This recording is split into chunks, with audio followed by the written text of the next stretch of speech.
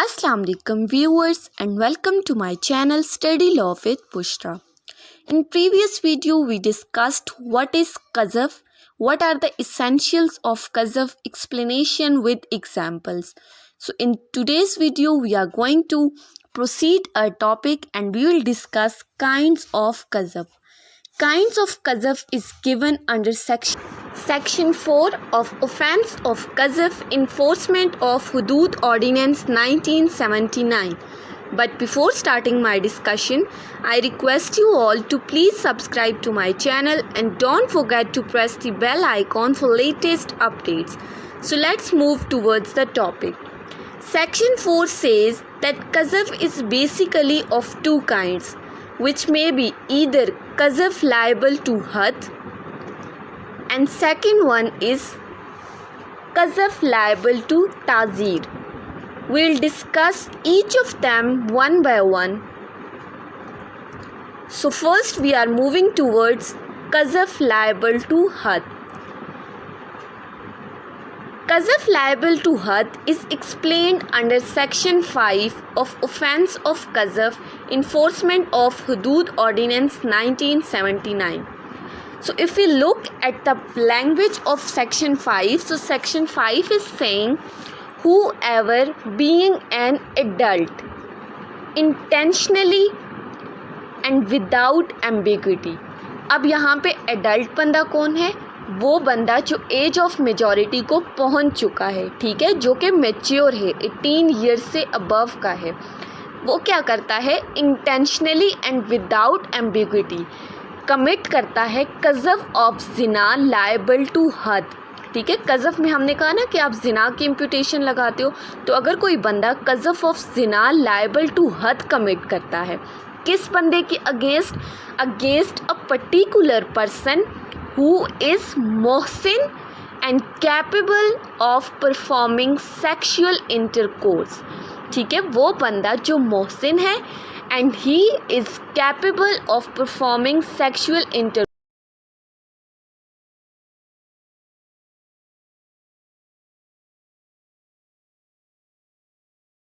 intercourse with his or her lawfully wedded spouse, ठीक है। तो सेक्शन 5 सिंपली ये कह रहा है कि अगर कोई बंदा जो कि एडल्ट है और वो इंटेंशनली, मिस्टेकनली नहीं बल्कि इंटेंशनली अगर कज़फ ऑफ जिना लायबल टू हद परफॉर्म करता है अगेंस्ट अ मोहसिन, तो ये कहा जाएगा that person according to the provision of this ordinance is said to commit कज़फ लायबल टू हद. Now who is mohsin?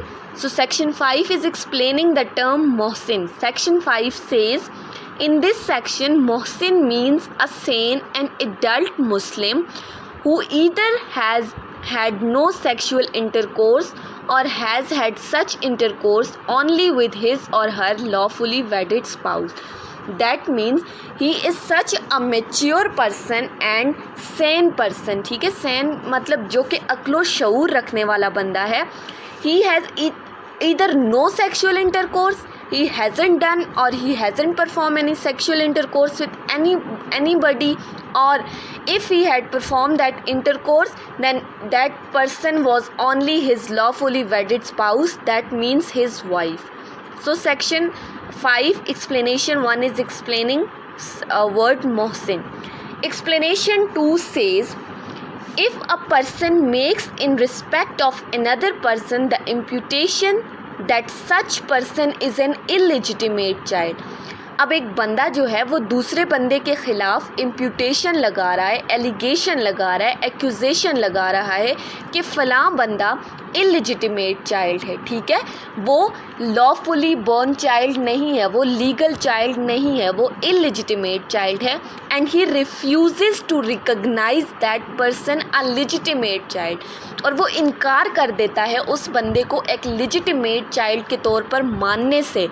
तो सेक्शन 5 की डेफिनीशन के according that person has committed कज़फ ऑफ जिना लायबल टू हद in respect of mother of that person.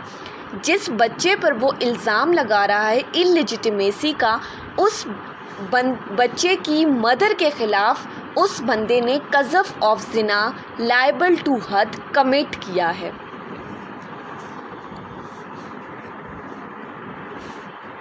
So now we will discuss how will we prove the qazaf liable to had. So section 6 is explaining or is telling that how can we prove the qazaf of zina liable to had. So section 6 says कि proof of qazaf liable to had can be proved in one of the following forms. अब कुछ forms बता दी गई हैं, कुछ तरीके बता दिए गए हैं जिसके ज़रिए हम कज़फ लायबल टू हद को प्रूव कर सकते हैं। सबसे पहला तो if the accused makes before the court of competent jurisdiction a confession of commission of the offence. अगर तो एक्यूज कॉम्पिटेंट कोर्ट के सामने अपना गुनाह कबूल कर लेता है, कन्फेस कर देता है that yes I have committed that offence, तो कज़फ लायबल टू हद प्रूफ हो जाएगा। Second is the accused commits the कज़फ in the presence of court. या तो एक्यूज्ड क्या करता है, कोर्ट के सामने कज़फ कमिट करता है, यानी मतलब क्या हुआ कि वो कोर्ट में खड़े खड़े किसी पर इल्ज़ाम लगा देता है कि दैट पर्सन हैज़ कमिटेड ज़िना, तो उसने कोर्ट के सामने कज़फ लायबल टू हद कमिट किया है। थर्ड आ जाता है विटनेसेस के through how can we prove. So 2 Muslim male adult witnesses चाहिए हमें कज़फ लायबल टू हद को प्रूव करने के लिए, other than the victim of कज़फ, जिसने एलिगेशन लगाई है उसके अलावा जिस पर एलिगेशन लगी है उसके अलावा about whom the court is satisfied and they are fulfilling the requirements of तज़कियतुश शहूद। सो अब आपके माइंड में ये बात आएगी कि व्हाट इज़ तज़कियतुश Shahood.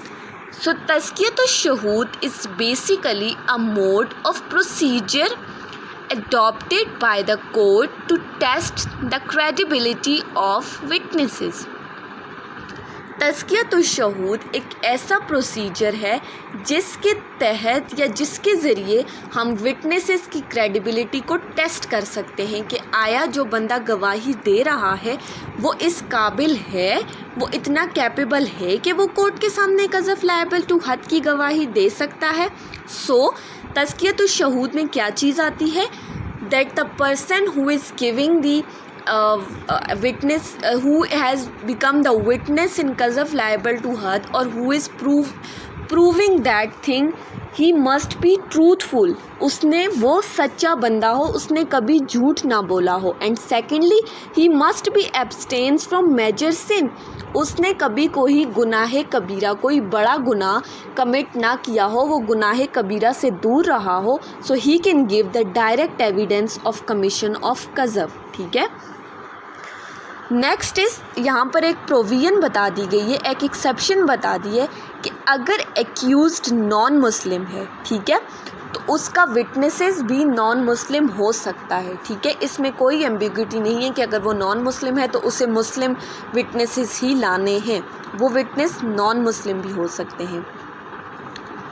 Next is now we will discuss the punishment of कज़फ लायबल टू हद। अगर किसी बंदे पे कज़फ लायबल टू हद प्रूव हो जाता है तो उसकी पनिशमेंट क्या होगी, उस बंदे को सज़ा क्या दी जाएगी। So section 7 is explaining the punishment of कज़फ लायबल टू हद। नंबर 1 क्या है, whoever commits the qazaf liable to had shall be punished with whipping numbering 80 strips। ठीक है, कि अगर कोई बंदा कज़फ लायबल टू हद कमिट करता है तो उसकी पनिशमेंट क्या होगी, 80 स्ट्रिप्स, उस बंदे को 80 कोड़े मारे जाएंगे। ये हुदूद ऑर्डिनेंस के अंदर हद पनिशमेंट है। Second is after a person has been convicted for the offence of कज़फ लायबल टू हद his evidence shall not be admissible in any court of law। अगर किसी बंदे पे कज़फ लायबल टू हद के ऑफेंस को साबित कर दिया जाता है, उस बंदे पे ये चीज़ कंफर्म हो जाती है कि उस बंदे ने कज़फ लायबल टू हद कमिट किया है, तो उसके बाद उस बंदे की अपील या उस बंदे की एविडेंस, उसके ख़िलाफ़ सबूत किसी भी कोर्ट ऑफ लॉ में वो एक्सेप्ट नहीं किए जाएंगे। It is not admissible in any court of law. Third point जो है वो थोड़ा टेक्निकल सा है, उसको समझने की ज़रूरत है कि अगर जो पनिशमेंट सब सेक्शन 1 के अंदर बताई गई है, ये पनिशमेंट उस वक्त तक एग्जीक्यूट नहीं की जाएगी, उस वक्त तक अवॉर्ड नहीं की जाएगी जब तक के कोर्ट ऑफ लॉ की तरफ से ये चीज़ कंफर्म नहीं हो जाती कि फ़लाँ बंदा जो है वो कन्विक्टेड है इस ऑफेंस के लिए, फ़लाँ बंदे पर ये चीज़ कंफर्म हो जाती है कि उसने ये ऑफेंस कमिट किया है। उस वक्त तक उसको ये पनिशमेंट अवॉर्ड नहीं की जाएगी, बल्कि इस सब्जेक्ट की प्रोविजन के अकॉर्डिंग ये समझा जाएगा कि उस बंदे को सिंपल इम्प्रिजनमेंट मिली हुई है। मतलब according to the provisions of CPC criminal procedure code, वो बंदा इस तरह से डील किया जाएगा as if he was sentence to simple imprisonment, कि उसको सिंपल इम्प्रिजनमेंट मिली हुई है विदाउट एनी हार्ड वर्क या विदाउट एनी लेबर, उसको सिंपल इम्प्रिजनमेंट में रखा है। सेकंड काइंड आ जाती है कज़फ लायबल टू ताज़ीर। कज़फ लायबल टू ताज़ीर is explained under section 10 of offence of कज़फ इन्फोर्समेंट ऑफ हुदूद ऑर्डिनेंस 1979।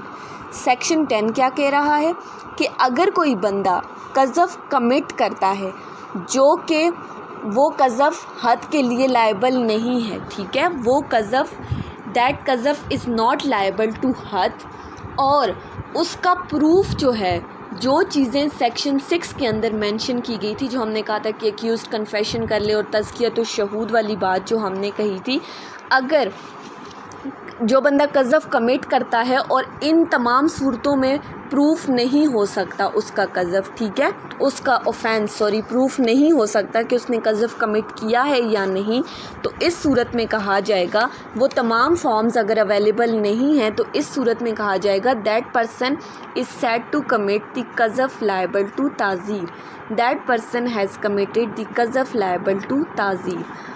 तो अब अगर कोई बंदा कज़फ लायबल टू ताज़ीर कमिट कर देता है तो उसकी पनिशमेंट क्या होगी।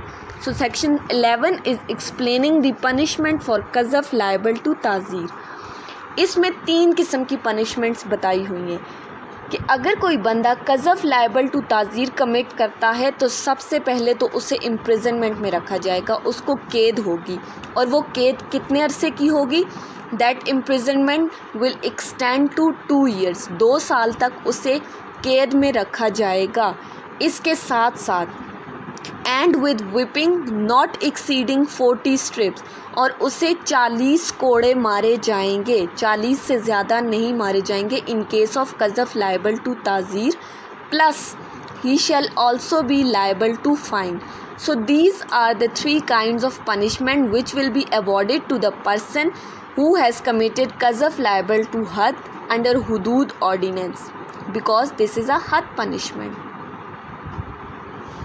So that was all about kinds of qazaf. I hope कि आपको ये kinds अच्छे से समझ में आई होंगी। अगर आपको ये वीडियो अच्छी लगी है तो इस वीडियो को लाइक करें, कमेंट करें, चैनल को सब्सक्राइब करें। Thank you so much for